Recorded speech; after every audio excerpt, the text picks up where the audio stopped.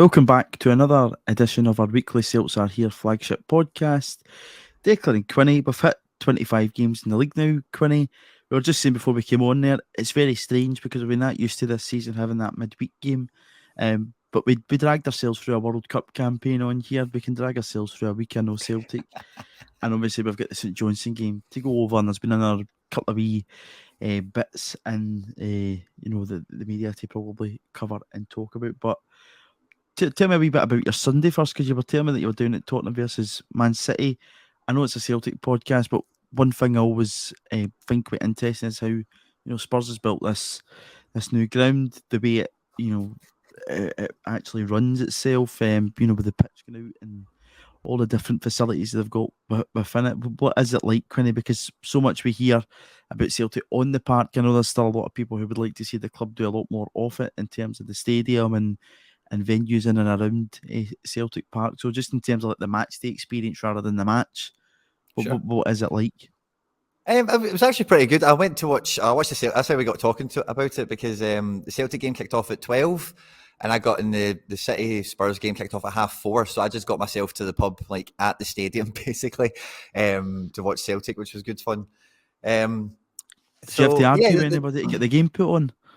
No, not really. Like I got to the door. It was quite funny actually, because you always think about England, and like, with me anyway, when it comes to this kind of thing, I always think like 24-hour booze. They're always open, whatever.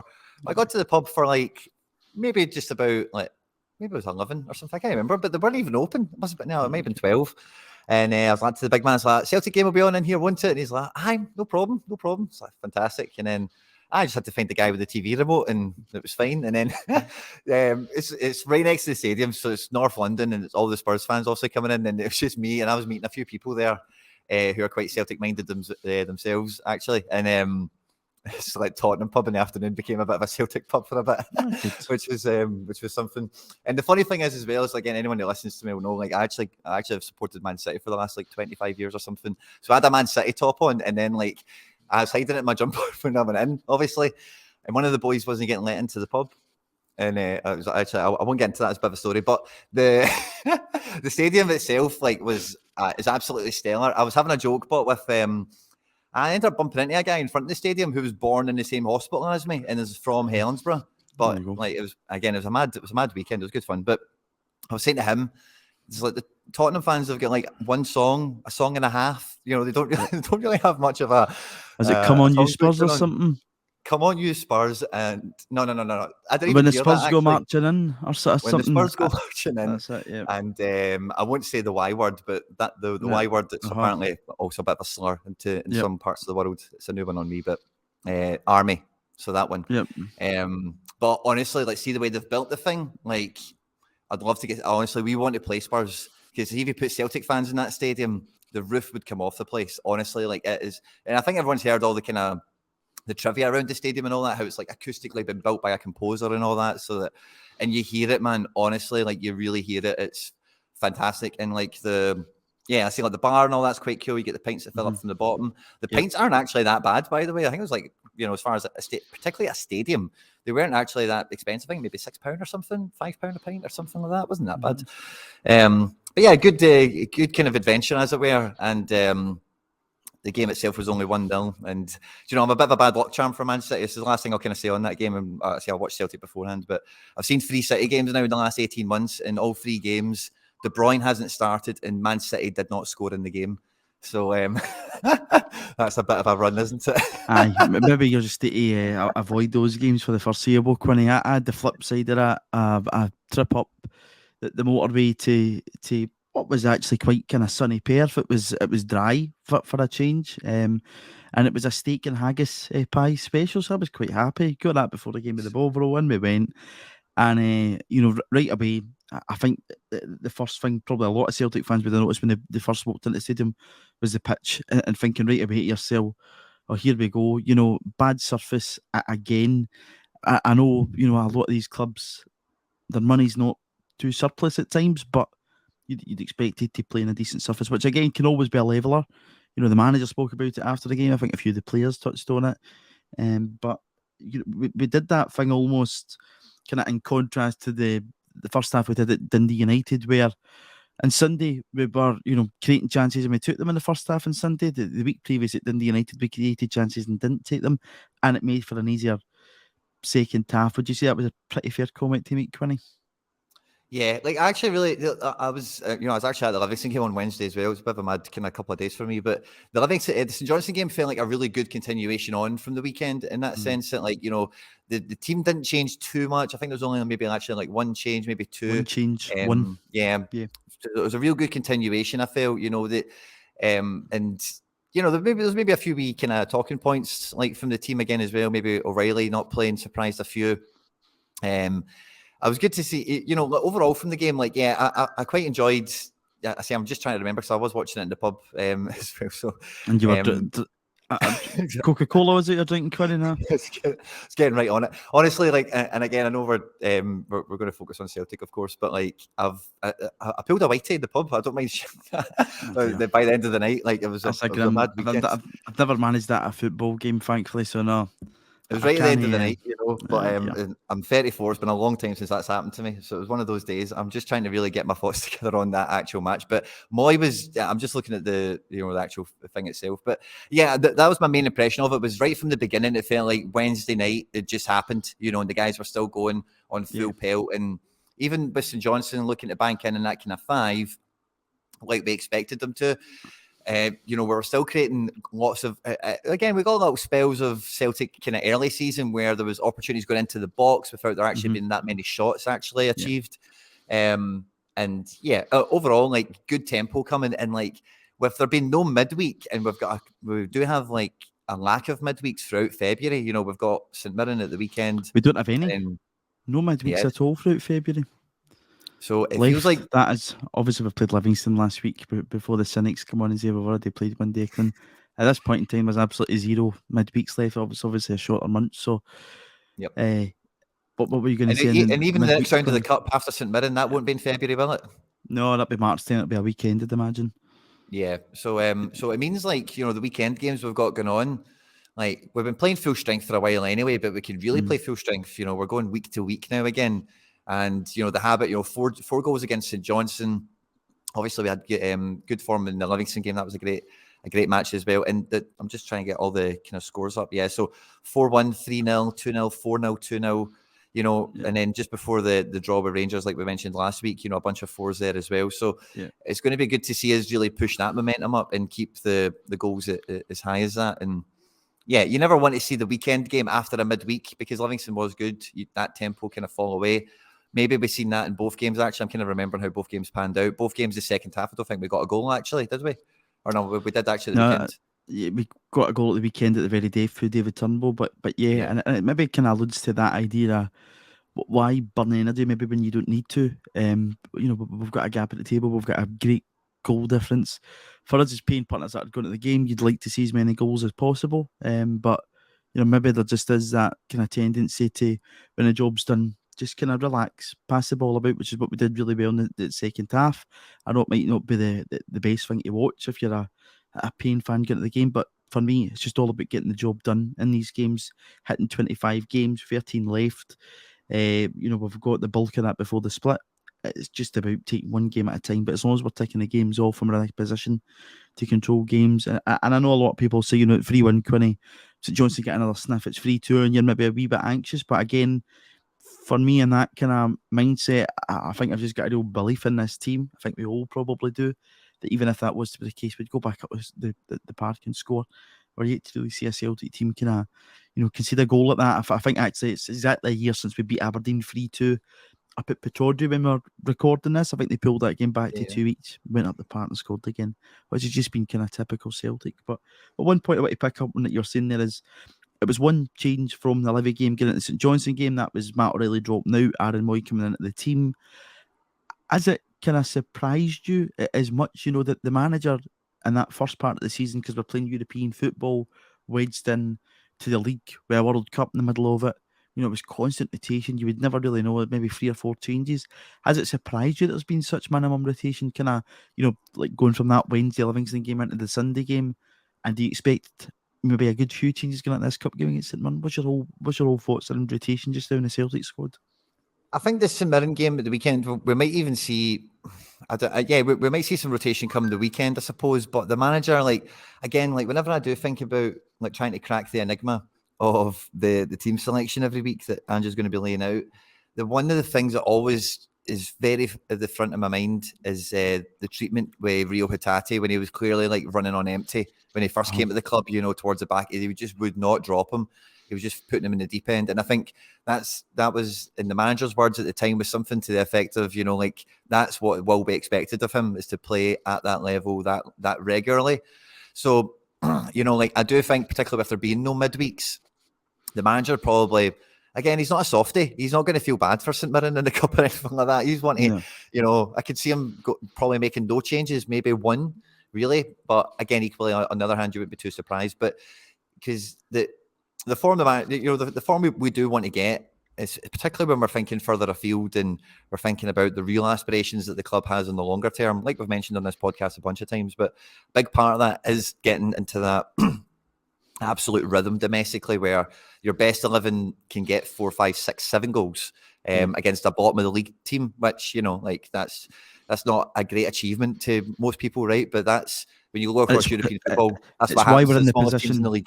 Yeah, and it's why we're in the position now with such a big goal margin as well, that they've been doing that. Quinny, you touched on those kind of that continuation of, you know, the 4 goals every now and again type thing, which is impressive. If you get that team at that level and you've coached them at that level and their fitness, you know, stands up to it, it's really, really important. It's why we're going on in a really good position to go on to win the league title this year with a 9-point cushion in, you know, February, which has been that for a good wee while now. Yeah, and I think like probably the rotation one from the weekend that surprised me was Maeda starting, because, and again, I just always try and use the words that the manager does give us on occasion, but he has said in the past he doesn't like Maeda playing if we don't have space in behind. And, you know, away to St Johnstone, I thought, yeah, how much space is there going to be on this pitch? It's probably better for somebody like Abada who can run at somebody. So I found that surprising, but Maeda was really lively in the game. Obviously started, did pretty well. Was unlucky not to get anything from the effort he put in. So, you know, and again, the manager's quite famous for the comment of, you know, we are talking about 5% of the information that he has access to most of the time, you know, so it's a really hard one to judge. But like, literally, I don't think I've ever seen, especially this season, any team go out there and think, oh, this is going to be dicey now. Can't believe he didn't play this one. Can't believe he didn't play that one. Every team that gets laid out there, you know, that starting 11, because like, again, I said before, it's really a starting 15, really, because you know they're all going to feature. There's no question on the bench of, oh, will we see him today? For the most part, you know who you're going to see come off the bench. And yeah, so like some of the rotation or lack of at the weekend surprised me. And I think it will probably be in that same kind of vein. Maybe we just lose Maeda for Abada or Haksabanovic, and that's the only change or something like that, you know. That point, you know, you make about the substitutes, that was something that John Kennedy spoke about, I think, in his recent Celtic TV kind of interview, that, you know, the manager's that clear message, whether you're on the park for 90 minutes or 5 minutes, he wants to see you make an impact, and we'd be using that 5 sub rule to our advantage, just due to the strength and depth and quality of our squad. It is, of course, you know, that it just gives us that extra bit, and it lets players, you know, like David Turnbull or Seatak Sabanovic, however you want to say, come on, do a wee bit and see how they get on. And again, maybe looking towards it, Murn, somebody like Kobayashi might come in again for another start. It could be the first game that, you know, O gets a start. You never know. It might be 45 minutes for Kyogo first half, 45 minutes O second half. You never know. You've got that option there. Haksabanovic, probably somebody the manager will be keen to get in the party as well. But we'll see. As you say, Quinny, what do you think about any of the academy guys? Do you think any of them might get a sniff at St Mirren? You never know. I mean, obviously, we've seen Rocco Vata come on, you know, at Easter Road, but we've not really seen him since that point. The manager might be in this kind of mindset now. You know, he did, of course, when I asked him about Matthew Anderson at the time, speaking about, you know, in the next 6 to 12 months, players breaking through. That's obviously not the immediate priority, by the looks of it just now. The immediate priority, of course, should be retaining and winning the league title. You never know. I mean, I was surprised, probably, I'd say, Quinny, the Morton game, that how strong they went. You know, typically looking at that Celtic squad, you'd have thought he'd have made 7 or 8 changes, likely, like we did last season. But, you know, like you say, no midweek game this, he's not going to feel sorry for St Mirren. So you're probably right. If there is going to be any changes, it's maybe 2 or 3, and it's maybe the likes of, you know, Kobayashi coming in for a game, or Turnbull starting, or getting his first start up top. You just never know.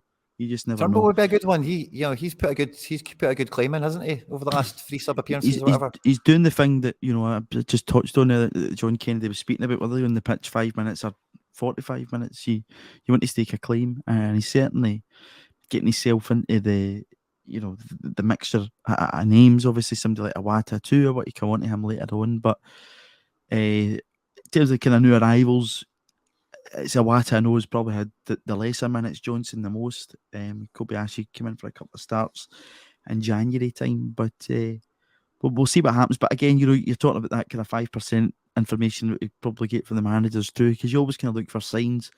I'm thinking, Livingston, I think Maeda played 90 minutes against Livy. Correct me if I'm wrong in that one. And you kind of think, right, okay, he's played the full 90. That means he probably won't start up in Perth. But there he is in the team sheet. And again, I think we probably spoke about this last week with Dyson. The manager saying that line, I remember it was the Aberdeen game he said that, and that's why he played Abada. But you kind of look at it now, that relationship that he's got with Hatate and Taylor, they're almost creating the space in behind because you're dragging players out of position that you're doing it yourself.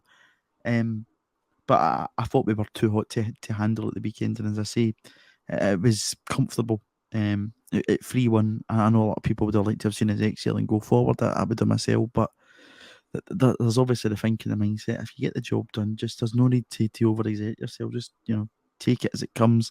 And of course, as I say, the conditions weren't great. It's very likely that in a part like that, you could pick up an injury, and that's you coped for the rest of the season or a few months out. So very happy. And again, when you're looking at that game and it can be tight like that, the first goal, of course, it's an own goal, but it's just our play in that right hand side that creates the goal. Yeah. Real Hatate robbed. Is what it does. It's him and Dyson getting into it. Both of them are getting into the net. 2 of them end up in the net. Aye. Dyson actually touched it. I don't know how many pints deep you'd have been at that time, Quinny, but you see, he just gets a wee touch on it before it actually hits the back of the net. In the net, of course. I was crossing my fingers that I was going to count as a Dyson goal for fantasy reasons, but no, 2 hot hands probably the way to put it. Fantasy team, you're meaning, Quinny, in case anybody's getting a bit worried about you there. Fantasy team reasons, yeah, for sure. Yep. But yeah, 2 hot hands was probably it, and yeah, I was that's why I was quite impressed with Maeda, because I was kind of going into it with that kind of frame of mind of thinking, oh yeah, because we've seen it before when Maeda gets kind of stuffed out of a game. He just hangs really wide, and we give him the ball, and like maybe something happens, it probably doesn't, and then he gets subbed off at half time. Like that's kind of normally the way it's went for him. And Abada comes on, or Haksabanovic comes on. And then you're like, why didn't he just start with him in the first place? But he started, and he's gone up levels, which is great to see.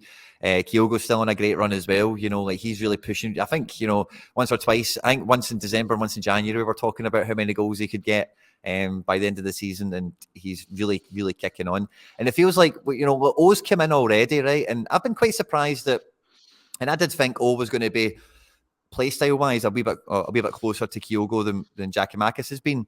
But I've been really surprised in the 2 little appearances I've seen with like how wide he's found himself in to like get on the ball on a couple of occasions, So it feels like Kyogo is really his physicality impresses me, Quinny. I know we're going to get on to talk about him, but his physicality, yeah, he is a big guy. But it feels like Kyogo, like it almost feels like he feels a wee bit better that Giakoumakis is gone, or he knew that Giakoumakis was leaving for the last month. He's just get a wee bit more, he takes that chance now rather than snatching at it, perhaps, or he's just a wee bit calmer in the finish over the last month or so. And yeah, too hot to handle, I think, from the whole forward line. Like even Jota's not even doing much yet, and he's probably the best one, So yeah, it would have been I know everybody was talking about Humphreys for Hearts at the weekend with his goal in his own half, but I think Jota would have been well in that conversation. He smacked the woodwork with that shot. He had it really, really unlucky, and I thought it was quite deserving of a goal. It was frustrating me at times with Quinny, because obviously you're at the game, you can see the space and whatever else, and Maeda was taking up that position you're talking about, and I kept saying, give him the bloody ball.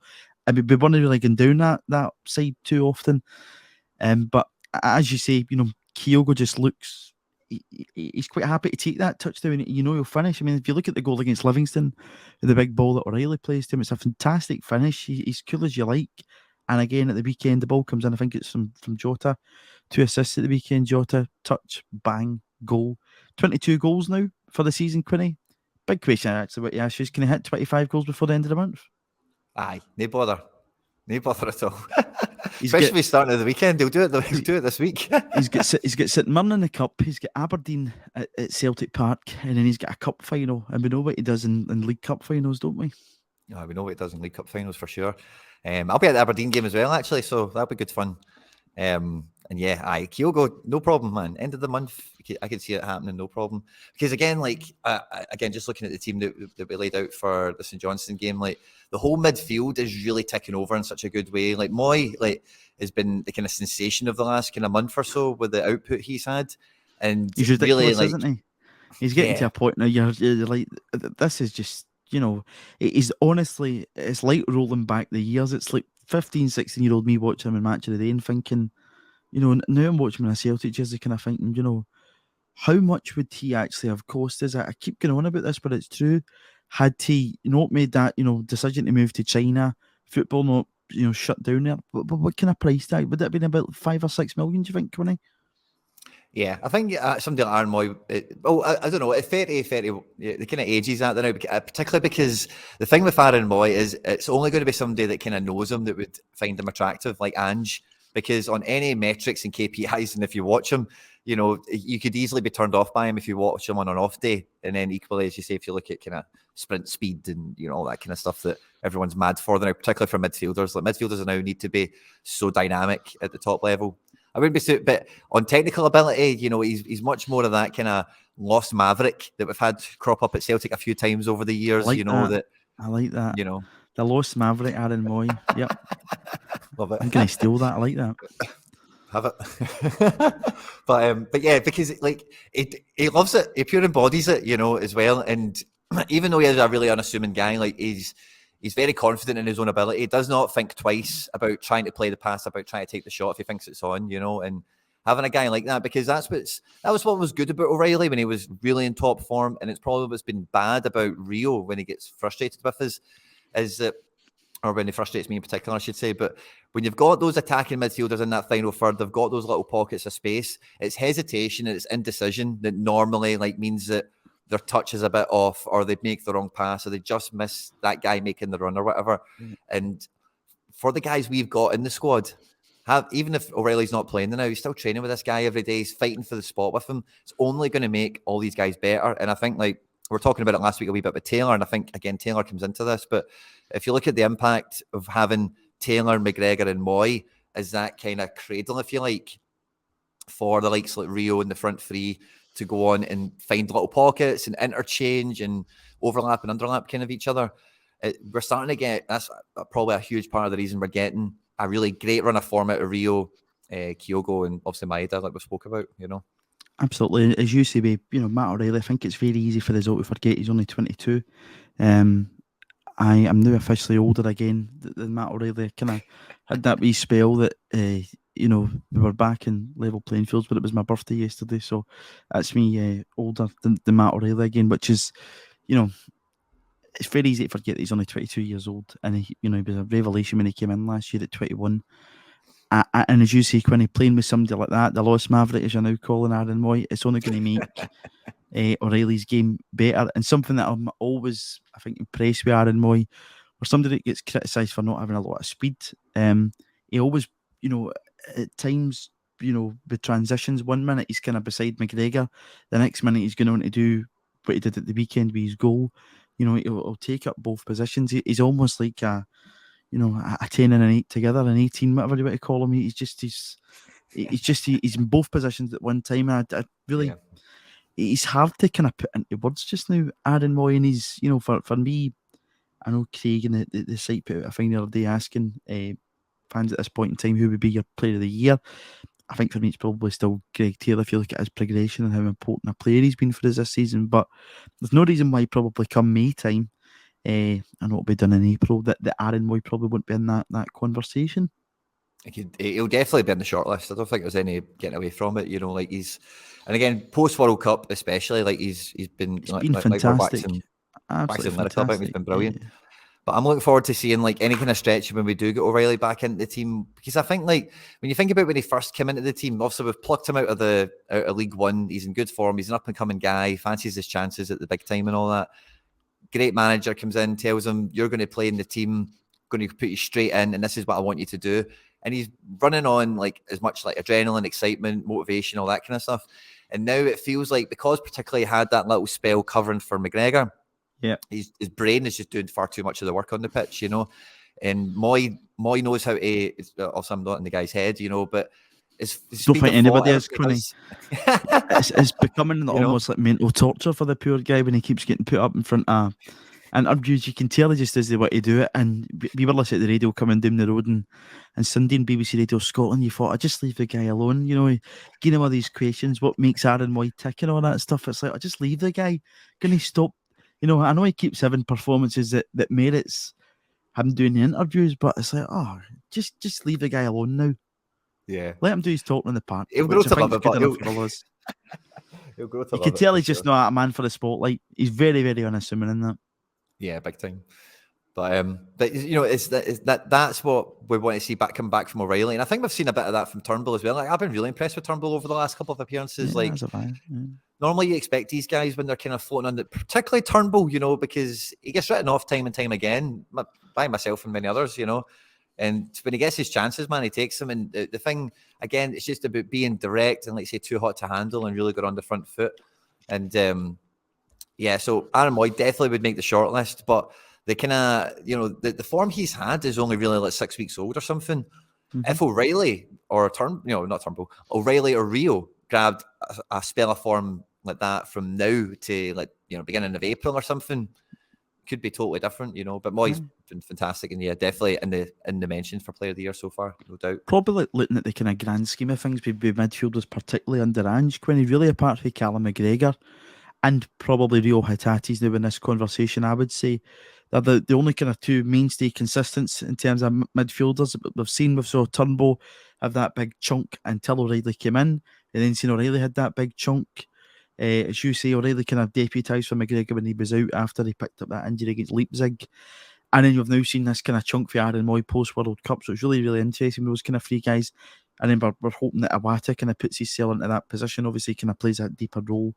It's going to be more difficult for him to compete against Callum McGregor. But, you know, as you say, there's a lot in there, and it's great that we've got so many different options to choose from. But I thought kind of last week, I think we actually spoke about this last week, with Matt O'Reilly, he looked a wee bit more like his old self against Livingston. As I say, he picked out Kyogo with that wonderful ball. I'm sure he assisted another goal last week against Livy, but maybe just getting that wee kind of free rein, and again, maybe with somebody like Aaron Mooy in there, you can feel that again, or his old kind of counterpart in Rio Hatate. So I don't think it's one to worry about. I just hope the big man eventually gets a goal this season. It'd be great if it was the 26th of the month that he broke the duck to get his first goal. But that'd be good. We'll see how it goes. You never know. It might even come on Saturday, but or at least still well in the mix of the conversation. But as you say as well, Turnbull's well in that mix, and it's good that we've got those options in there. And kind of, you know, Jota, I want to talk a wee bit about him. We spoke about him hitting the woodwork at the weekend. It was 2 assists for him at the weekend. I think that he's only getting counted as 1, but I'm giving him 2. But he just looked back to his base, and he's such a fantastic player when he gets into that flow. You know, the Barnett's going in the wind, and he's doing his thing at shimmy down that side. It's just a joy to watch at times. Yeah, well, he's definitely got his set to before he takes a guy on, well rehearsed and well, like, muscle memory.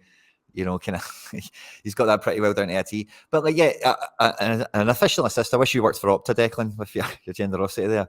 But 1 main assist, 2 probable assists at the weekend, and like, but what I was saying earlier, like, we've seen this with Jota beginning of this season and last season, but he's a match winner. He's a guy that's, you know, taking men on and really running a game, getting an assist and a goal, or, you know, just everything good goes through him. And the last 2 matches, he's definitely like shaking the cobwebs off, as it were, and going through the gears and getting back into full pelt. And it's good to see him kind of getting into some sort of, consistency at the weekend. It felt like every time he got the ball, he was kind of doing the same thing in a good way. Like, he was taking a man on, he was beating him, he was looking for somebody, and maybe, you know, he got the assist and also created the other chance.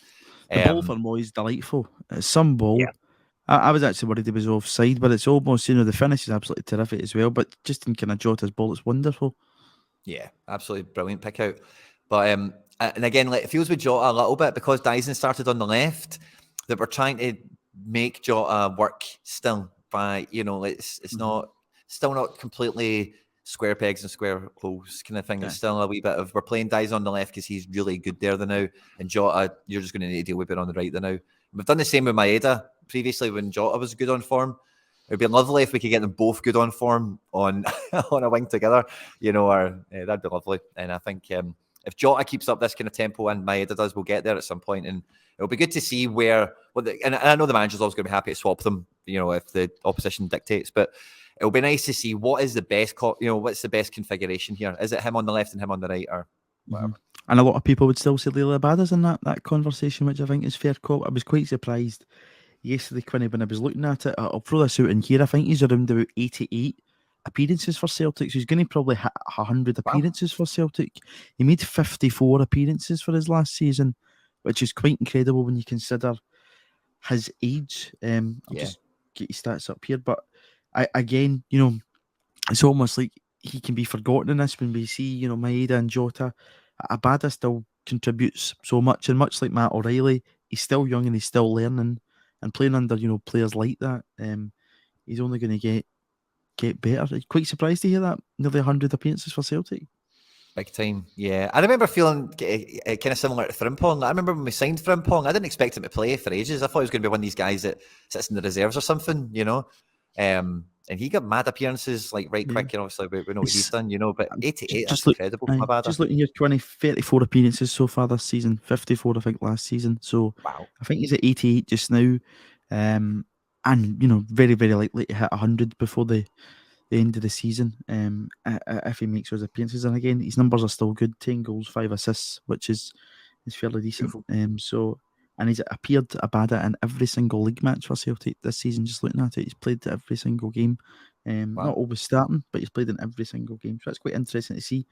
And be loyal, because I think he's a cracking player. And he's one that always what you can have a mention to. Let's talk about another young player at Celtic just now. Let's talk about Oh Hyung-gu. As I said, Quinny, I thought really good signs at the weekend again. I think St Mirren could be a good chance for him to get a wee bit, more time in the park. He's played every game since signing, coming off the bench. He made 3 appearances so far. His debut off the bench against Dundee United, coming on against Livingston for his Celtic Park debut, then coming off the bench against St Johnstone at McDiarmid Park. But I think, we can only speculate, but at the weekend, the way he did that at Constantine, you thought he was probably actually going to go in and score if the big man doesn't haul him down. Yeah. We're hoping, we're waiting for the first goal to come, with this guy. And it's going to come. Yeah, it's going to come. He's very lively. He's very eager. And it was good to see at least he had some sort of mark on the match in that respect, even though he didn't actually get anything in the end. But I think it's coming for him, and like I kind of mentioned earlier, like I've been really surprised the Livingston game when I seen him come on, and at the weekend, I say he wasn't playing wide, but he was receiving the ball in wide areas and then trying to take a man on and deliver a ball in. And that's happened on a couple of occasions on those 2 appearances, and that's really surprised me, because I did expect him to maybe drop in centrally, maybe have a wee bit of a link-up play, a wee 1 and 2 give and go kind of thing about him, and then try and, like Kyogo does. Kyogo's always on the shoulder, he's always in the box looking for those crosses to come in. And when you look at the build of the guy and you see the kind of goals the guy's used to scoring, I was expecting to see this guy, as soon as they got on the pitch, just get in the box for us, and we're just going to start hitting things off his head or something, and see maybe a wee bit of interplay at his feet, but he's popping out wide, he's trying to put balls in for himself, and this guy could be a serious talent if he keeps this up, and he actually produces goals also, All the signs are there to be one. And again, what I kind of like about him is the profile of him and everything we've heard at this point in time. That he's happy to come in and be the challenger to Kyogo. He's happy to do that. He's made that step to European football. He's underneath a good coach at this point in time.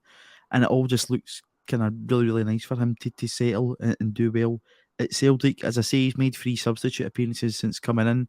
St Mirren, I think, it's a bit of a different ball game though for him, Quinny. It's a tight pitch against Dundee United in a game that you've already kind of killed.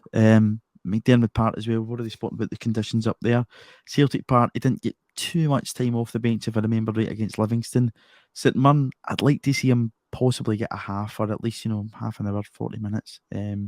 just to really see what he's all about. And I think in that big park at Celtic Park, with the flair players and creativity behind him, he's going to be good, because I think one thing that's kind of noticed is the 14 goals that he scored for Blue Wings was in a team that was fighting relegation, and he was practically carrying the can. So in this team, with all those that talent that we've just spoke about, the midfielders and the wingers who we've just been chatting about, it's only going to make him better, and that's really, really exciting at this point in time. He obviously came in to be the replacement for Giorgos Giakoumakis. It came yesterday that officially he'd left the club. Atlanta pretty cheeky with their video. I don't know if you saw one of them, but it's a flight going across, and it says it's been diverted from Japan to Atlanta, Georgia, which is pretty cheeky, because obviously we'd heard, I know you'd like that, we'd obviously heard that, Urawa Red Diamonds were the team in the driving seat, and this, we're a Celtic podcast, we talk about Celtic, but he was a Celtic player up until just yesterday. Tell me your thoughts on that 18 months that we had Giorgos Giakoumakis at the club, Quinny. It was emotional, it was definitely worthwhile. And yeah, like I think the big man was great for us. Actually, I think when he came in, I was a wee bit anxious about the deal, because again, like we've mentioned before in referencing the transfer going out, like nobody was queuing up for him. He was top goal scorer in Holland. Everyone's happy to talk about that, but nobody was queuing up to buy him. Not even like the Bruges of this world and the Sporting Lisbons or whatever. No, yeah, this guy went through like a long period of the summer with nobody coming after him. So I was a bit nervous about spending the money and bringing him in, because you do wonder, is the guy just had a good season and everything's fell into place for him, And his timing, Quinny, sorry to interject in that, I find it kind of beyond belief that both he, Jota, and Cameron Carter-Vickers, the latter two, have been absolutely amazing. Obviously, we're going to sign them permanently, all signing the same day for us. It's the three of them that are revealed together, and you kind of wonder at that point, because it's so late in the window, what would the outcome have been for Celtic? Because we saw how short we were in terms of midfielders getting to Christmas. Had we not brought in Carter-Vickers, Jota, especially Giakoumakis' impact, doesn't really happen for me until after Christmas. But that thing's always something I'm going to find quite kind of amazing almost in Ange's season, because you think back to, Midtjylland, and then he's had Alkmaar, with the Europa League. The team's pretty stretched at that point in time. You go through that poor run of away games away from home, and then these guys come in. I know we go to Livingston and we get beat, but that's when the fortunes kind of turn for us. And I always find it kind of amazing what would have been had those three players not arrived at the club last season. Big time, because like we've had so many scarring experiences with these transfer windows at Celtic. As I'm thinking there, like when I was worried about Giakoumakis coming in, and I think he's been very good, by the way, and I think he's definitely a transfer that was a success for us. But you get the flashbacks and the memories of like Pukki, Amido Balde, Skepovic, all these random people that you didn't really know much about when they came to Celtic. And you're like, oh, this is going to be another striker in our team that's going to maybe help us, and they don't really do anything.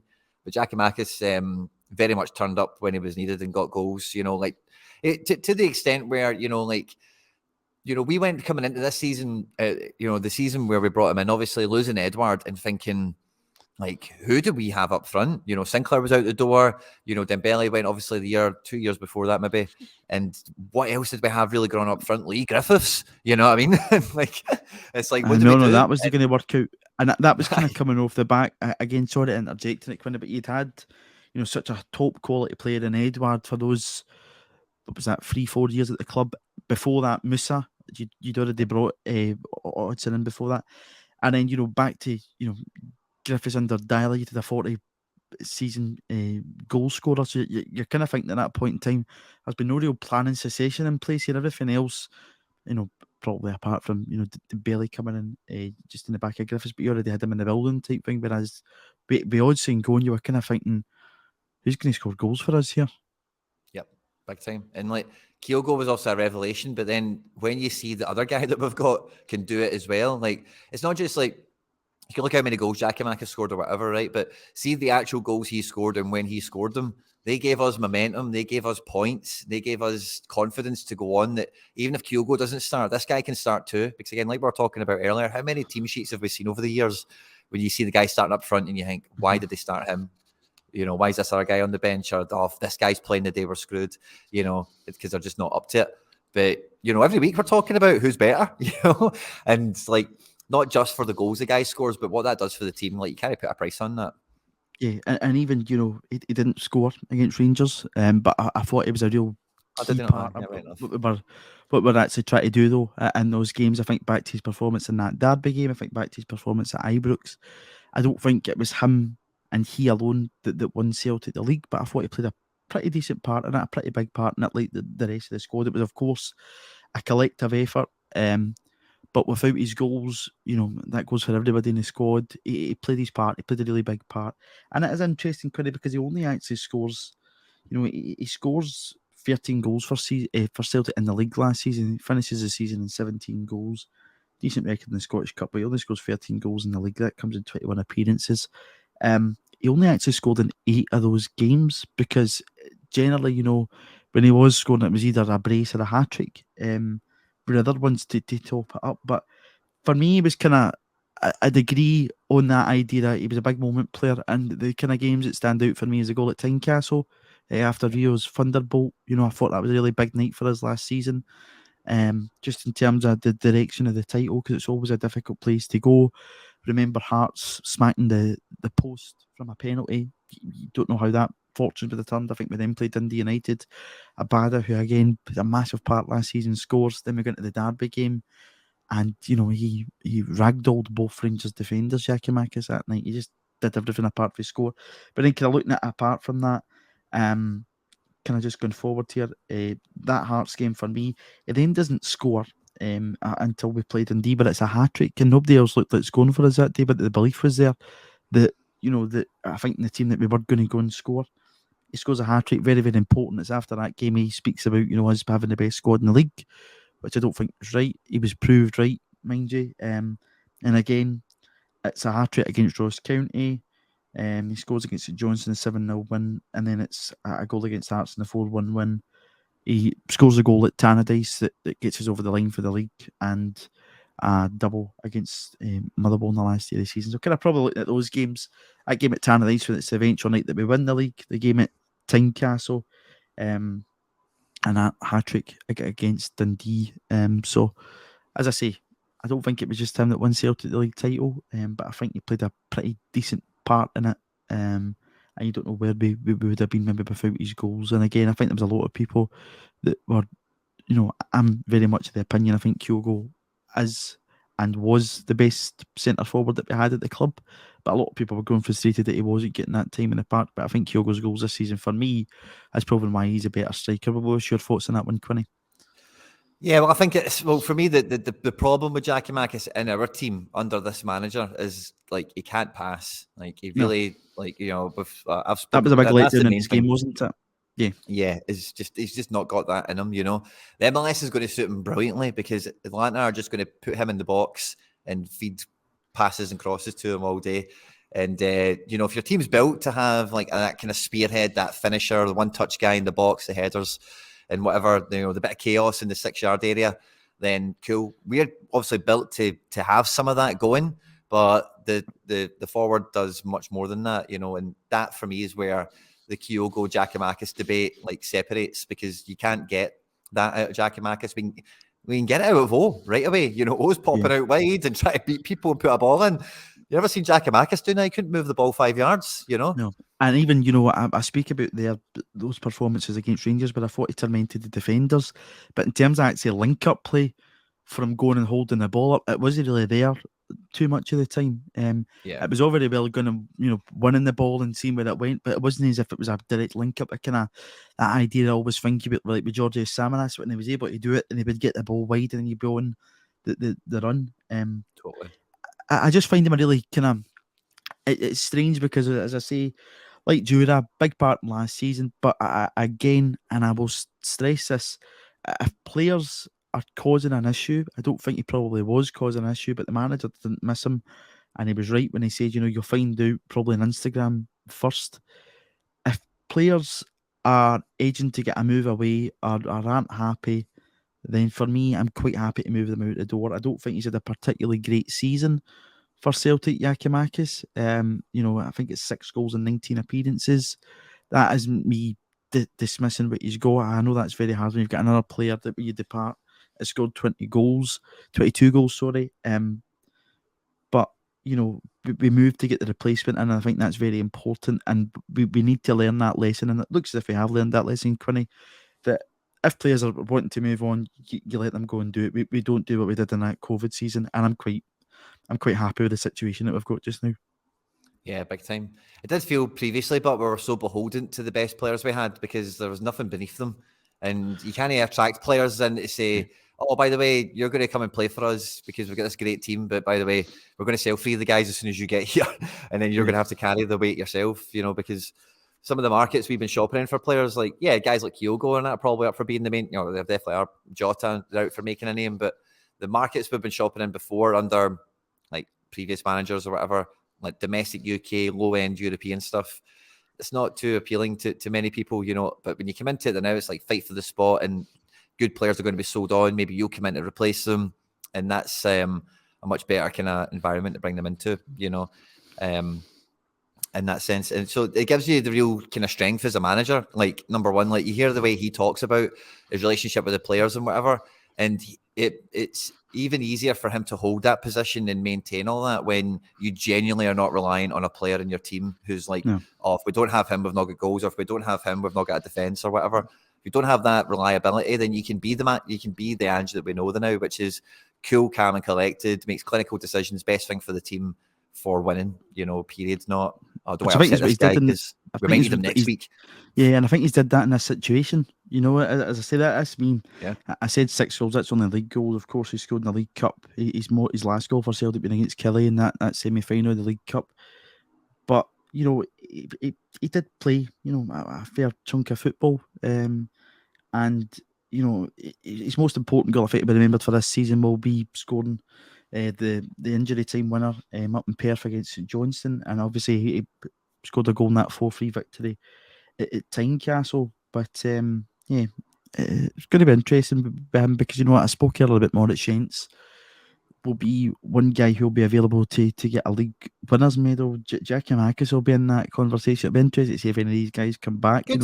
If you remember, Dembele came back that season to get his. So it'll be interesting to see if that's the case with him. But again, a lot of people say, Giakoumakis, he did something Kyogo didn't do, was scoring the Champions League this season. But he had a good chance to do it on a lot more occasions as well. I think the two of them, in the competition, had as many chances probably as each other. Just looking here, he got 72 minutes against Real Madrid, 22 against Shakhtar, only 8 in the 3-1 defeat away to Leipzig, 24 coming off the bench against Leipzig, and scores against Shakhtar, gets the full 19 in 28 minutes in the Bernabeu. But I'm just hoping kind of with Kyogo, we've seen him grow in that confidence. I hope that carries into the Champions League next season and he takes those lessons. But again, Giakoumakis, because of his situation, whether it's money or game time, has chosen to swap that Champions League football for MLS football, which I think to a lot of us as Celtic fans, you can't really get our head around too much, Quinny. Yeah, it wouldn't be me doing it personally, but like, again, if the guy's not going to play, I was actually going to say this earlier and I didn't think it would have been relevant, but I thought the first half he played against Real Madrid, like, I was really blown away at how well he done. Like, I forget, I'm pretty sure it was Militao. Militao got subbed off at halftime for Rudiger or vice versa. That's right. And it was because Giakoumakis absolutely bossed them all over the pitch. And like, when I was at the game that night, I thought, wow, man, like, so again, there wasn't really any transfer rumors for these two, but that was, for me, was a night where it was like, wow, I can actually see why the manager like signed Giakoumakis, signed Kyogo, and this is the plan, because the way what Giakoumakis did in that first half against Real Madrid, Kyogo's never going to do. He's never going to bully Militao so that he gets subbed off at halftime for somebody, a big Brazilian international defender kind of guy. You obviously get in the pockets and they might skin guys and take them for dust or whatever. But Giakoumakis just honestly, it really impressed me that night. So I'm glad you brought that up, because actually I wanted to kind of give him these kudos there, but it was deserved. But you do get some form of Champions League football in North America. It's of course not as glamorous, but you could probably argue there's more of a chance of maybe winning it if you're if you're in North America rather than in Europe, So probably money related. But hey, the guy's pushing 30. This is the prime of his career, and it sounds like we weren't going to give him the prime of his career contract. Which, if we're not going to do, fair enough. That's the decision the club's taken, and all the best. And to me, he's probably our last kind of closing word in this, I think, for me, Quinny, is we'll look at the model of Celtic and what we've did well in recent years, what we haven't did well. I think, the manager saying at that AGM about, fans having their heroes and players having to move on. For me, in terms of Giakoumakis, we look at this as a situation where for Celtic's business model to work, they need to be ruthless in it. The business model feeds into how well we do in the park. Letting somebody go at 28 when probably sell on value in a year's time or whenever isn't maybe going to be there, who's maybe going to take a big chunk of wages out, it's probably not worth it when you can go and buy a 21-year-old striker whose mindset is going to be completely different to us. So for me, in terms of the business model, I think it suits it perfectly, and it's all about that, because we hear so much in recent years about the spreadsheet fans and all that stuff. But for us to do well on the park, we need to be doing our business properly. I think we've got that sorted eventually under Ange Postecoglou.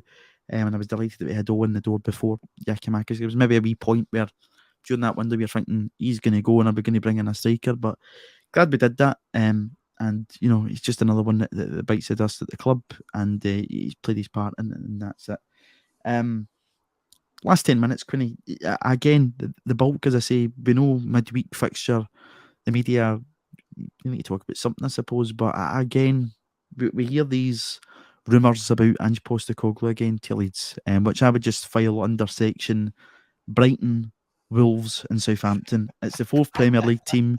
You knew right away when Jesse Marsh get sacked, oh, he'll be another one. And again, but I was glad that report came out, I think it was yesterday morning, the board were, saying about the manager being happy and here. And again, from everything else that you've read in the press about it, we'll never know what a manager's thinking, but there's still a lot of unfinished business to do. I don't think he'll be happy so far at his first crack at the Champions League. Celtic gave the manager the opportunity to come over here to taste European football. For me, whenever the time comes when we're all going to be in meltdown and the manager leaves the club, it's going to be a hell of a lot bigger team than Leeds United, and that is no disrespect to Leeds, but I don't know why you would swap a Premiership title quest when you're still in the running for the two cups for a relegation battle. And again, we hear everything about Scotland getting branded a tin pot league and what. Leeds are a big club, I don't doubt that, but I think it's going to be like one of the kind of top six clubs, if you will, in England. What's your thoughts on that, Quinny? I first of all would agree with what you've just said England, overall. that's yeah, it. But yeah. My heart's been ripped out my chest twice, and I'll tell you who done it. The first one was Kieran Tierney going to Arsenal. I thought if he can leave Celtic for all the reasons, and I know and I've heard him talk on podcasts, and I understand everything that went behind it and whatever, right? But if he can leave Celtic when we were, I don't need to go into the time and where we were with everything, and if Brendan Rodgers can leave us when he left us also, then like I say, so my heart's been ripped out my chest twice in these kind of situations where I think this guy gets the club. This guy knows that this is much bigger than going and fighting for 7th in the Prem and maybe win an FA Cup or something, which both those guys have done. Maybe Tierney wins a league this year as well, which would be very nice and be very happy to see him do that. But for those reasons, like, I'm not getting sentimental on Ange in that respect of saying he'll definitely put us above Leeds, because if Brendan Rodgers can put Leicester above us, and if Kieran Tierney can sign for Arsenal for whatever reasons, and again, we can go into that if anyone wants, but that's not particulars aside, then how can you rule out an Australian guy moving from Glasgow to Leeds? Like, I don't think you can. But I don't think it's going to happen. It's not going to happen. Very confident. I'll say here I would happily eat my straw hat. Ange Postecoglou will not go to Leeds United. They've made an approach for somebody else. I think the Feyenoord manager, so it won't happen. Yeah, there is. So they went for the Feyenoord guy. They went for the guy at Vallecano as well, who's doing okay. But to be honest with you, but as well, like if there was one squad in the Premier League you would want to give Ange Postecoglou, it probably wouldn't be, if you weren't going to go for Man City or somebody at the very top, it probably wouldn't be that. You probably would have Leeds in one of your first two selections, you know, like the way they've been recruiting over the last year under the previous managers. Like the midfield, like, you know, their play style has been quite similar to us. They just don't score enough goals or whatever. So it's one of those ones, again, where Rodgers, when he moved to Leicester, he said the squad suited him. They had lots of guys and and won an FA Cup. So again, I don't want him to leave. I don't think he's leaving. But I'm just saying there to everyone out there, just don't forget, like, stranger things have happened, let's say. But I do believe the manager's rhetoric that he loves the club and he thinks that this is like, you know, achievement in Champions League and one of the big clubs in Europe. I buy into that. He buys into it, and I'm with it all the way. So I could not see it ever happening mid-season, particularly now, mid-February. No, never. But and again, I wouldn't see it happening in the summer because I would think he would want to go and have a Champions League campaign. But another one with a stronger team that's more representative of him, that maybe gives him a better reputation throughout European football for what he can produce, rather than going to Leeds, Everton, Southampton, whatever, trying to save them from relegation, get sacked after 3 months and then end up nowhere again. I don't think he would do that. In terms of kind of, you know, the two guys that you mentioned, Quinny, and obviously it's somebody, you know, a manager that I became very attached to is being younger, and a player that I attached to being younger. You know, I think with Brendan Rodgers, particularly just to kind of take both of them in isolation, had been in the Premier League, came so close to a Premier League. You never know, he might end up getting awarded that with everything that's went on in the past week. But, you know, there was probably always that hindrance that he wants to be back there. He stays it, and that's where he wants to be back at. And that was probably always in his. And again, I think it's always kind of important to understand where somebody is with their career, probably in football. Rodgers, that kind of, you know, mid-40s age. Yeah, but with me, with Rodgers, like at that point, just to say we're halfway through getting 9 locked in, and then we're looking at 10 from there. Eight. Halfway into 8. Running, was it halfway into? Oh, of course, yeah. And then Lennon came in for 9, and then of course, no, was it? Yeah, halfway into 8. Yep. Halfway into 8. Lenny comes in and gets 9. 8. Lenny wins 9. And then won 9. Yep. I don't know why I just missed a year out of my mind there, but all the same anyway. Well, okay, that adds a year onto it, but all the same anyway. Halfway through 8, 9 will be locked in. We've got Edward, we've got Dembele. We had all these. We had a really strong squad. We had a great Champions League campaign. Dembele checked out by that point. Remember. Okay, Declan, right? Catch me up. But in general, you know, the things were going well, you know, like for the most part, you know, we were struggling to get like the post-Christmas games, we were struggling for right backs. We had like Jeremy Toljan come in and all these kind of wee bumps in the road or whatever. But his career prospects for going to Leicester, if he was still at Celtic now, he could be linked to Leicester, you know, like he could be linked to Leeds today if he was still at Celtic. These things come back again, you know, it's not, but at that point, yeah, okay, 8's locked in. You're looking at 9, and then it's getting the big one, you know. And if you're somebody like Brendan Rodgers held himself out to be, you know, one of us, you know, as it were, a Celtic fan all my days, I get what it means and da. I don't see how you couldn't. Again, 8's halfway through it. In my mind, I think that's just another year of your life, but that's the way I would have thought of it. Because who cares? It's 10 in a row. It's the biggest thing ever. I think, you know, like in my lifetime, it's always been about the 9 in a rows and who could do 10, and then we're on the cusp of 10, and it's like, wow. So for me, I just don't think, I just couldn't get my head around that. I couldn't understand that, and that's why I say I would be heart out. It's been something I've kind of tried to kind of get my hand in previous years, and again, the situation that was on in there, and that summertime and what it did, you know, things hadn't went well. We hadn't qualified for the Champions League. You could see signing wise that things were starting to deteriorate behind closed doors and whatever else. Not that gave Rodgers any, you know, I think a right to walk out in February time.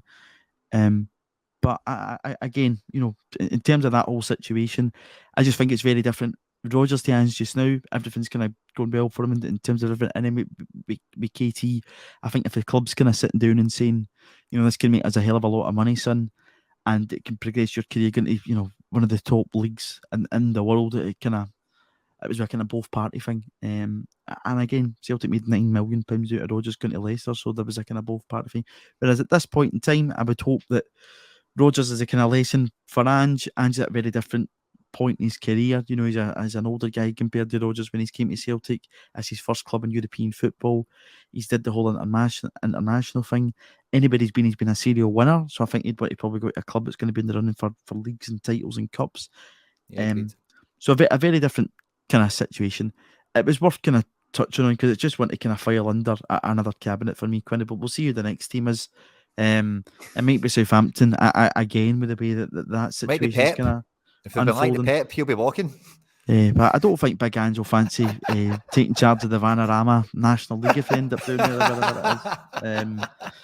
So we'll see what happens with that. But one wee thing just to touch on before we finish up about our comparisons across the board. Celtic currently top 10 leagues in Europe, 18 games unbeaten, which is leading the way. They're 2 games ahead of Newcastle. The likes of Barcelona and Bayern Munich are also in that wee table. Of course, we know you don't get trophies for that. We know some clubs would probably claim trophies for that kind of thing, Quinny. But again, very impressive and shows just kind of what we've been doing this season under Ange to get to that point. Yeah, for sure. And like it's great. We just want to see Celtic in amongst it with the biggest and best in Europe, because again, no one beats Bayern Munich, or maybe they do a little bit, beat Bayern Munich with a stick of, it's just the Bundesliga, but they still need to do it.